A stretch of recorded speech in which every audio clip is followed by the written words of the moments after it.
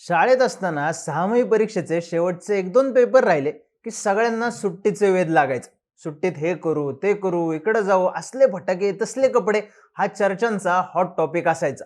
पण आपल्या नजरा फिरायच्या ते रिकामी पोती कुठं सापडतात, चांगल्या विटा कुठनं गायब करता येतील, सामान आणायला कोण कोण सायकल काढू शकतंय यासाठी. कारण सुट्टी आणि दिवाळीच्या कपड्यांआधी आपलं टार्गेट असायचं किल्ला. समोरच्या चाळीतली पोरं इतर वेळी आपली दोस्त असली तरी किल्ला कोणाचा भारी यावरून ठसन असायचे. कारण ज्यांचा किल्ला भारी त्यांच्या किल्ल्याला गर्दी जास्त आणि त्यांचं कौतुकही जास्त. दिवाळीच्या सुट्ट्या हा विषय आत्ताच्या पिढीला, आपल्या पिढीला आणि आपल्या आधीच्या पिढीलाही रिलेट करत असला तरी किल्ला करायची कसरत मात्र आजच्या पिढीला माहीत नाही. रेडीमेड किल्ला आणून त्यावर चित्र ठेवली की त्यांचं भागतंय. पण मातीपासून चित्रांपर्यंत किल्ल्यांसाठी लढतरी केल्या त्या आपणच. मोती साबणा इतकाच किल्ल्यांमुळे दिवाळीचा नॉस्टॅल्जिया जागा होत असला तरी किल्ले नेमके का केले जातात, दिवाळीत किल्ला करायची प्रथा कशी सुरू झाली, शिवकाळातही मातीचे किल्ले केले जायचे का, त्याचीच स्टोरी जाणून घेऊयात या व्हिडिओमधून. नमस्कार, मी चिन्मय आणि तुम्ही पाहताय बोल भिडू. आता थेट विषयाला हात घातला असता पण मग नॉस्टॅल्जिया हुकला असता. कारण किल्ले करायचा प्रत्येकाचा एक पॅटर्न असायचा. आधी कुठला किल्ला करायचा आहे हे ठरवायचं, मग त्याचा नकाशा शोधायचा, नाहीतर किल्ला बघून आलेला एक कार्यकर्ता असतोच. मग नकाशाची आउटलाईन काढायचं काम चित्रकलेत 10 पैकी 8 मार्क पडणाऱ्या कार्यकर्त्याला द्यायचं आणि 5 मार्कवाली आपली गँग घेऊन दगड आणि मातीच्या शोधात निघायचं. मग नकाशानुसार दगड रचून त्यावर पोती टाकून मग मातीचे थर दिले जायचे. पण किल्ला बनवायच्या प्रोसेसमध्ये सगळ्यात नाजूक काम पायऱ्या बनवणं. बरं, नुसतं पायऱ्या बनवणाऱ्यालाच महत्त्व नसायचं, घरातनं उलटनं ढापून आणणाऱ्याचं जास्त कौतुक असायचं. सगळ्यात शेवटी सलाईंचं कारंज किंवा धबधबा बनवायचा आणि पाण्यातला किल्ला केला असला तर बाजूनं रांगोळी आणि किल्ल्यावर हळीव टाकली की विषय एंड. तर आता बघू मेन विषय, किल्ला बनवायची प्रथा आली कुठून. गड किल्ले म्हणलं की आपल्या डोळ्यांसमोर येतात छत्रपती शिवाजी महाराज.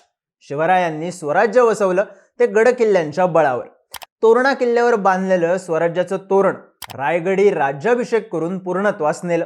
पण स्वराज्याचा आधार असलेल्या गड किल्ल्यांच्या प्रतिकृती बनवणं शिवरायांच्या काळातही असायचं का, तर याचा एक इंटरेस्टिंग स्रोत सापडतो शिवभारतात. कवींद्र परमानंद गोविंद नेवास्कर यांनी लिहिलेल्या शिवभारतात 7व्या अध्यायात एक श्लोक आहे. मृतकुटान्यापी तुंगानी कारयनस किशोरकै इमानी मम दुर्गाणी त्यव्योच्यत कदाचन. या श्लोकानुसार मातीचे छोटे डोंगर स्वतः शिवराय आपल्या बालपणी बनवायचे आणि त्यांना माझे गड असेही म्हणायचे.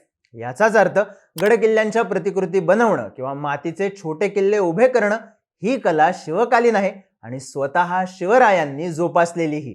पण छत्रपती शिवराय दिवाळीतच किल्ले करायचे का, याबद्दल ठोस माहिती मिळत नाही. शिवभारतातही तसा उल्लेख सापडत नाही.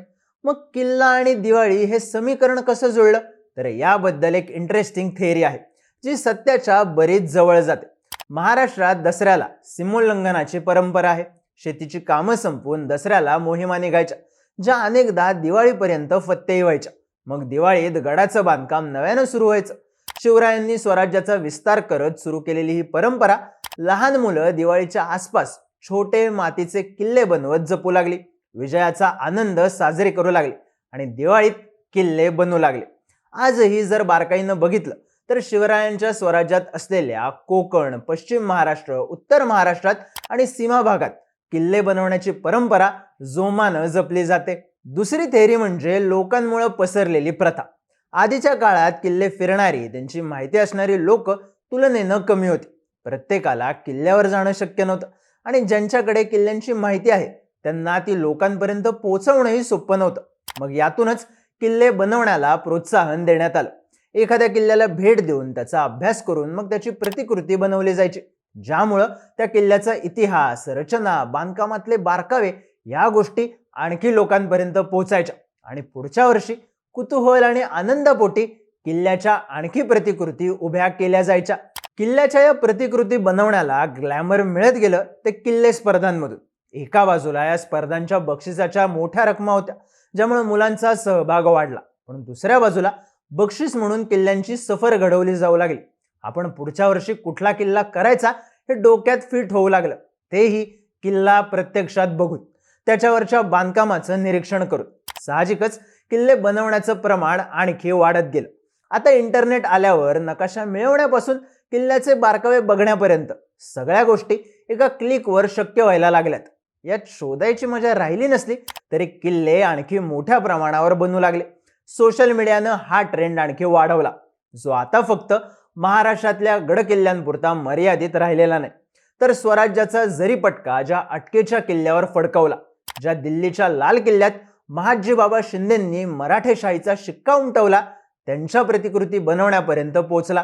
किल्ल्यांची, तिथं झालेल्या युद्धांची माहिती देणारे दृकश्राव्य शोज होऊ लागले. आजही दिवाळीच्या दिवसात लहान मुलांच्या गलक्याच्या जवळपास थांबल्यावर ते माती, दगड, विटा, पोती आणायचे लगबगीचे दिवस आठवतात.